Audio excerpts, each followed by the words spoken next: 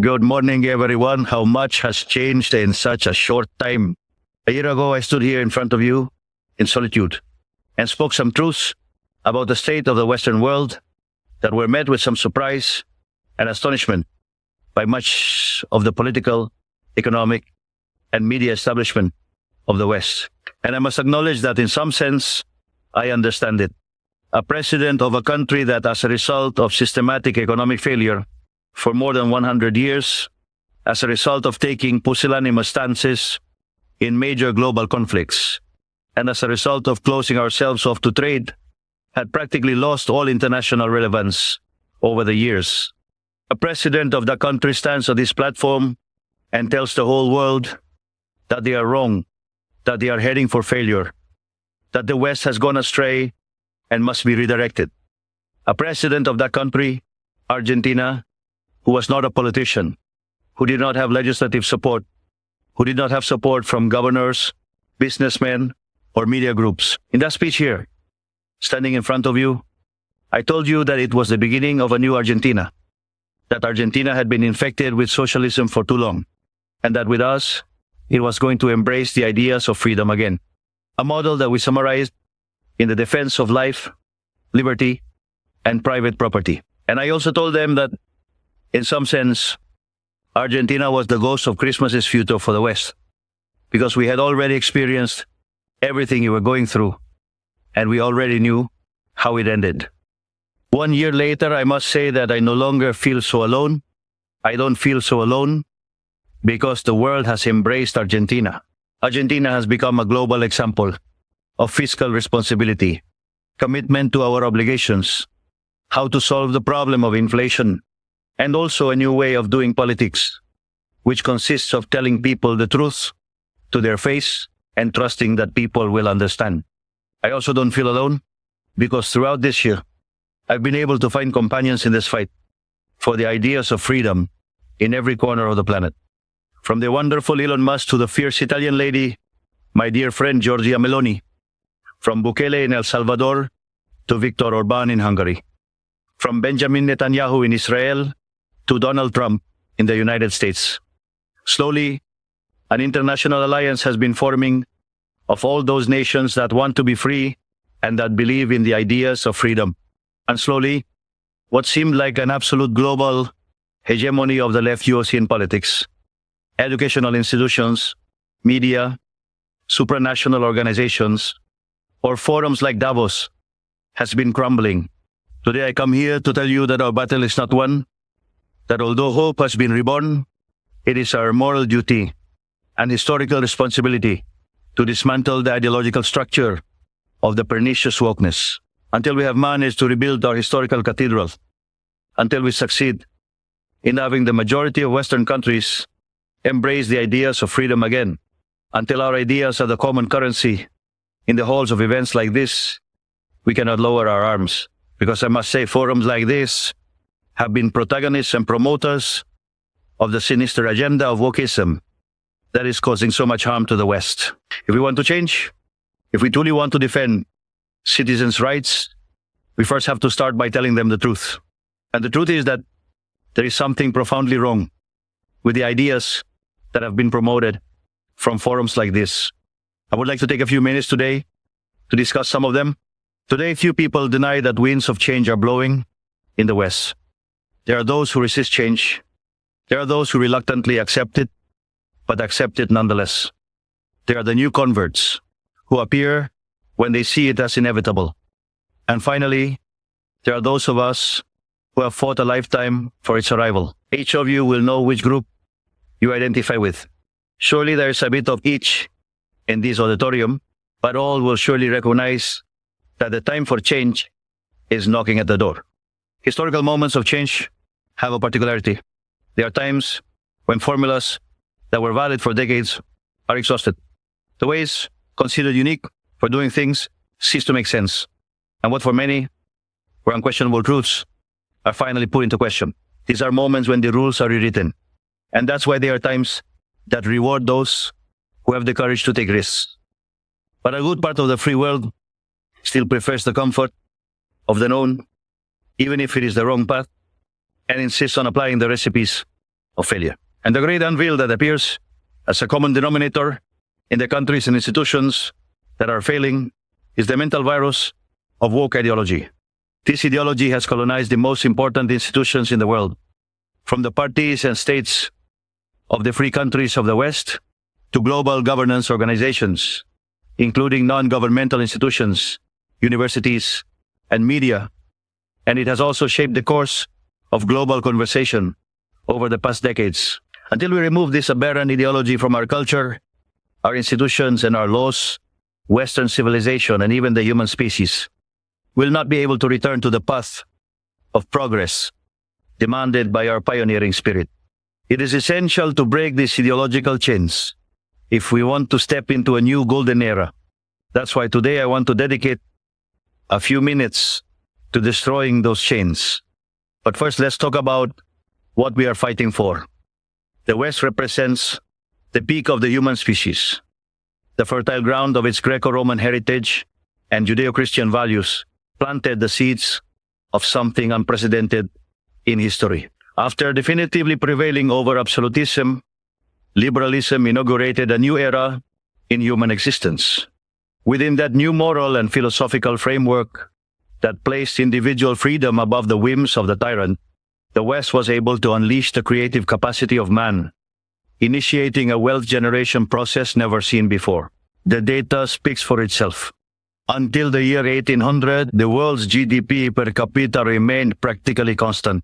However, starting from the 19th century, and thanks to the Industrial Revolution, the per capita GDP multiplied by 20, lifting 90% of the world's population out of poverty. Even as the population multiplied, it was only possible thanks to a convergence of fundamental values, respect for life, liberty, and property, which made free trade, freedom of expression, religious freedom, and the rest of the pillars of Western civilization possible. Added to this, our Faustian, inventive spirit, explorer, pioneer, which is always testing the limits of the possible. Pioneering spirit that today is represented, among others, by my dear friend Elon Musk, who has been unjustly vilified by the wow culture of recent hours for an innocent gesture that only signifies his enthusiasm and gratitude towards people. In short, we invented capitalism based on saving, investment, work, reinvestment, and hard work. We managed to enable each worker to multiply their productivity by 10, by 100, or even, why not, by 1,000, thus overcoming the Malthusian trap. However, at some point in the 20th century, we lost our way, and the liberal principles that had made us free and prosperous were betrayed. A new political class, supported by collectivist ideologies and taking advantage of moments of crisis, saw a perfect opportunity to accumulate power. All the wealth created by capitalism up to that moment and in the future would be redistributed under some centralized planning scheme, where the initial starting point led to a process whose harmful consequences we are suffering today. Pushing a socialist agenda, but insidiously operating within the liberal paradigm, this new political class distorted the values of liberalism. Thus, they replaced freedom with liberation, using the coercive power of the state to distribute the wealth created by capitalism. Their justification was a sinister, unjust, and aberrant idea of social justice, complemented by Marxist theoretical frameworks whose aim was to free the individual from their needs. And at the core of this new value system, the fundamental premise is that equality before the law is not enough, as there are hidden foundational injustices that must be rectified, which represents a goldmine for bureaucrats with aspirations of omnipotence. In this fundamentally consists cookism. It is the result of the inversion of Western values. Each of the pillars of our civilization was changed by a distorted version of itself through the introduction of various mechanisms of cultural subversion. From the negative rights to life, liberty, and property, we moved to an artificially infinite number of positive rights. First, it was education, then housing, and from there, ridiculous things like access to the internet, television broadcasting of football, theater, cosmetic treatments, and countless more desires that turned into fundamental human rights. Rights that, of course, someone has to pay for, and that can only be guaranteed through the infinite expansion of the aberrant state. In other words, from the concept of freedom as the fundamental protection of the individual against the intervention of the tyrant, we have moved to the concept of liberation through the intervention of the state. On this foundation was built Gukismo, a regime of single thought, supported by various institutions, whose purpose is to penalize dissent, feminism, diversity, inclusion, equity, immigration, abortion, environmentalism, gender ideology, among others, are heads of the same creature, whose aim is to justify the advancement of the state through the appropriation and distortion of noble causes. Let's look at some. Radical feminism is a distortion of the concept of equality, and even in its most benevolent form, it is redundant because equality before the law already exists in the West. Everything else is a quest for privileges, which is what radical feminism truly seeks, setting one half of the population against the other when they should be on the same side. We have even reached the point of normalizing that in many supposedly civilized countries, if one kills a woman, it is called femicide. And that carries a harsher penalty than if one kills a man just because of the victim's sex. Legalizing in practice that a woman's life is worth more than a man's, waving the flag of the gender pay gap.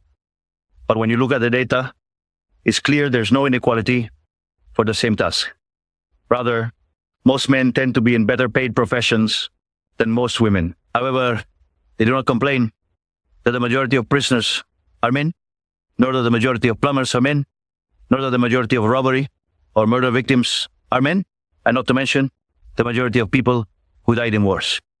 But if one raises these issues in the media or even in this forum, we are labeled as misogynists just for defending a fundamental principle of modern democracy and the rule of law, which is equality before the law and the facts.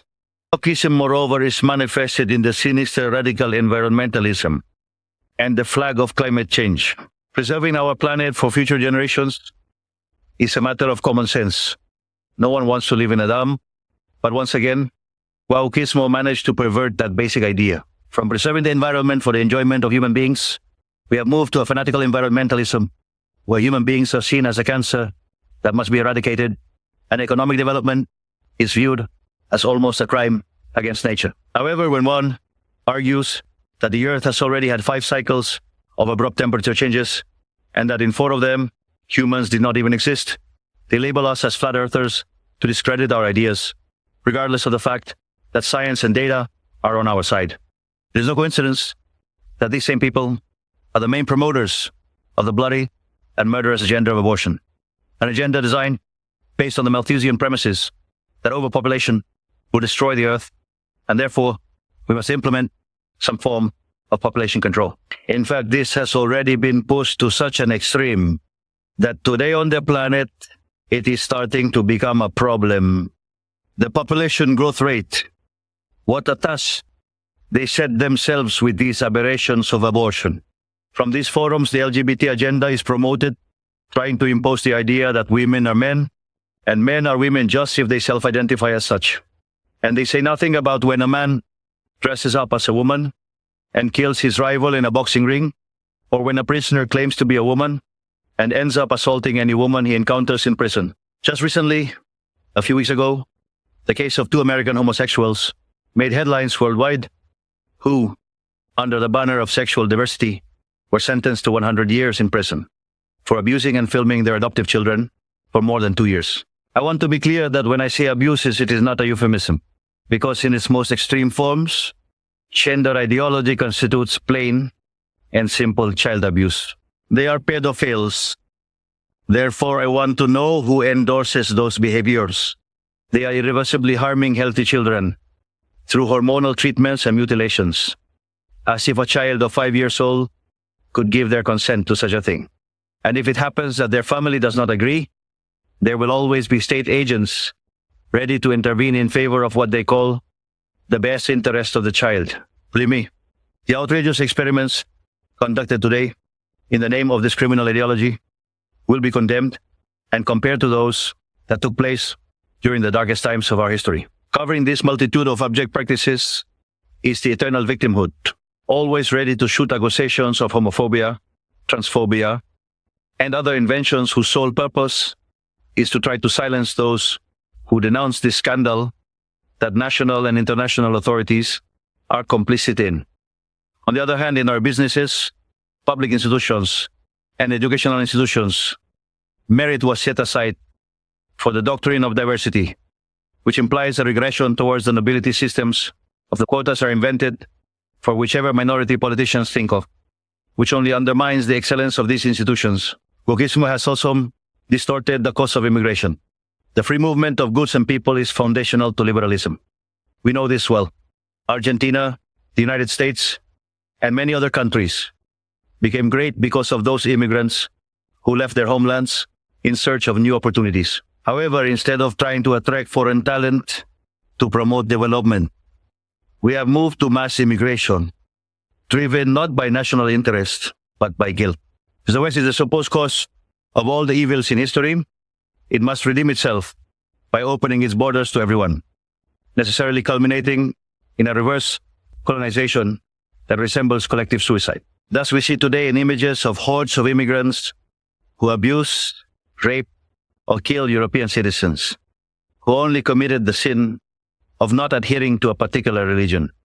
But when someone questions these situations, they are labeled as racist, xenophobic, or a Nazi. Wokeism has deeply penetrated our societies, promoted by institutions like this one, to the point of even questioning the very idea of sex through the harmful gender ideology. This has led to even greater state intervention through absurd legislation, such as the requirement for the state to finance hormones and missionary surgeries to fulfill the self-perception of certain individuals. Only now are we seeing the effects of an entire generation that mutilated their bodies, promoted by a culture of sexual relativity, and will have to spend their entire lives in psychiatric treatment to face what they've done to themselves. But no one talks about these issues. Not only that, they have also subjected the vast majority to be slaves to the mistaken self-perceptions of a tiny minority. And furthermore, wokeism intends to hijack our future, because by dominating the professorships of the most prestigious universities in the world, it is shaping the elites of our countries to challenge and deny the culture, ideas, and values that made us great, further damaging our social fabric. What is left for our future if we are teaching our young people to feel ashamed of our past? All this was incubated and developed increasingly noticeably during the last decades, after the fall of the Berlin Wall. Curiously, free countries began to self-destruct when they were left without adversaries to the peace made us weak. We were defeated by our own complacency. All these and other aberrations that, due to time constraints, we cannot list are what today threaten the West, and are unfortunately the beliefs that institutions like this have promoted for 40 years. Here, no one can feign innocence. They have worshipped for decades a sinister and murderous ideology, as if it were a golden calf, and have moved heaven and earth to impose it upon humanity. This very organization, and also the most influential supranational bodies, have been ideologues of this barbarity.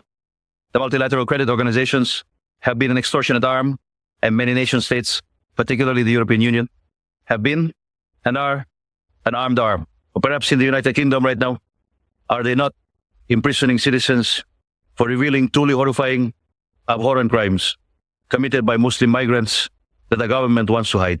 Or did the bureaucrats of Brussels not suspend the elections in Romania? In the face of each of these discussions, wokeism tries to discredit those who question these things, first by labeling us and then censoring us if we are white. He must be racist. If you are a man, you must be misogynistic or a member of the patriarchy. If you are rich, you must be a cruel capitalist. If you are heterosexual, you must be heteronormative, homophobic, or transphobic. For each questioning, they have a label, which they then try to censor. Because beneath the discourse of diversity and democracy and tolerance that they claim to wield, what truly lies hidden is the manifest desire to destroy dissonance, criticism, and essentially freedom to continue supporting a model from which they are the main beneficiaries. Or haven't we heard these days how certain important European authorities, rather left-leaning, to put it one way, openly call for censorship, or that there is actually no censorship. But those who think differently from the woke ideology must indeed be silenced. And what kind of society can result from wokeism? A society that replaces the free exchange of goods and services with the arbitrary distribution of wealth at gunpoint. Replace free communities with forced collectivization. Replace the creative chaos of the market with a sterile and sclerotic order of socialism. A society full of resentment where there are only two types of people. Those who are net taxpayers on one side and those who are state beneficiaries on the other. And I do not mean those who receive social assistance because they have nothing to eat. I am talking about privileged corporations, about the bankers who were bailed out in the subprime crisis, about most of the media, about indoctrination centers disguised as universities, about the state bureaucracy, about the unions, about social organizations, about state-dependent companies, and about all sectors that live off the taxes paid by those who work. I'm talking about the world that Enrad describes in Atlas Shrugged, which unfortunately has materialized. A scheme where the big winner is the political class, which in turn becomes the arbiter and interested party in this allocation. I repeat, the political class is arbiter and interested party in this distribution.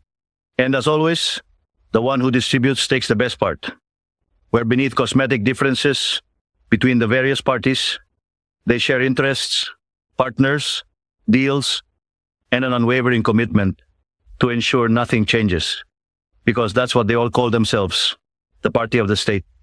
A system that hides behind well-meaning speeches, where, according to them, the market fails. And they are the ones responsible for solving these failures with regulations, force, and bureaucracy. But market failures do not exist. I repeat again, market failures do not exist.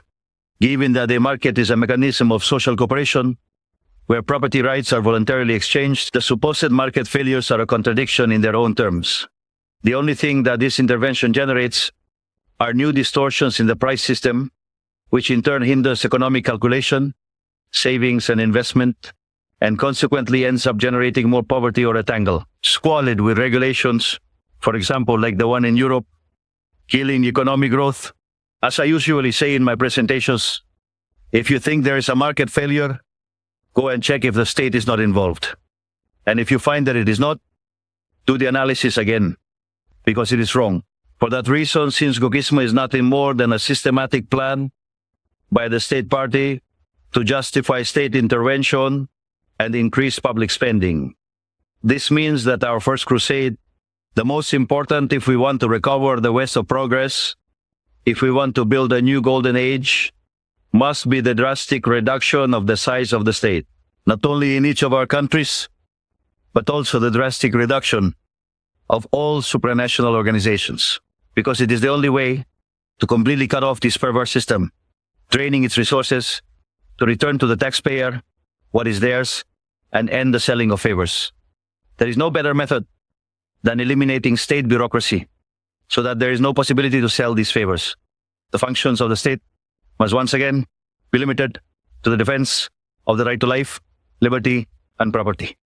Any other function the state assumes will be to the detriment of its fundamental task and will inexorably culminate in the omnipresent Leviathan that we all suffer today. Today we witness a global exhaustion of this system that has dominated us for the past decades. Just as it happened in Argentina, the only relevant conflict of this century and all those that have passed is intensifying in the rest of the world. The conflict between free citizens and the political class that clings to the established order, redoubling its efforts of censorship, persecution, and destruction. Fortunately, in the entire free world, there is a silenced majority that is organizing. And in every corner of our hemisphere, the echo of this cry for freedom resonates. We are facing a change of era, a Copernican shift, the destruction of one paradigm and the construction of another. And if globally influential institutions like this House want to turn the page and participate in good faith in this new paradigm, they will have to take responsibility for the role they played in these recent decades and acknowledge the mea culpa that society demands of them. To conclude, I want to speak directly to the leaders of the world. to all those who lead both national states and large economic groups and international organizations, both those present here and those listening from their homes. The political formulas of recent decades that I have presented in this speech have failed and are collapsing on themselves. Like everyone else, reading what everyone reads, saying what everyone says, can only lead to error, although there are still many who persist. The script of the last 40 years has been exhausted, and when a system is exhausted, history opens up. That is why to all global leaders, I say this is the time to step out of that script. It is time to be bold. It is time to dare to think and to dare to write our own verses. Because when the ideas and texts of the present all say the same thing and say wrong things, being brave means precisely being untimely. It consists of going back, of not being dazzled by the temporary, losing sight of the universal. It involves recovering truths that were obvious to our predecessors and are at the foundation of the civilizational success that the West has been, but that the single thought regime of recent decades perceived as if they were heresies. As Churchill once said, the further back we look, the further forward we can see. That is to say, we need to encounter forgotten truths from our past to untie the knot of the present and take the next step forward as a civilization towards the future. And what do I see when I look back? That we have to embrace, once again, the latest proven thesis of economic and social success. That is, the model of freedom, to embrace the ideas of freedom again, return to liberalism. That is what we are doing in Argentina. That is what I trust President Trump will do in this new North America, and it is what we invite all the great nations of the free world to do, who aim to timely stop what is clearly a path leading to catastrophe. Ultimately, what I am proposing to you is that we make the West great again. Today, just like 215 years ago, Argentina has broken its chains, and as our anthem says, invites all the mortals of the world to hear the sacred cry, freedom, freedom, freedom. May the force of heaven be with us. Thank you all very much, and long live freedom, damn it.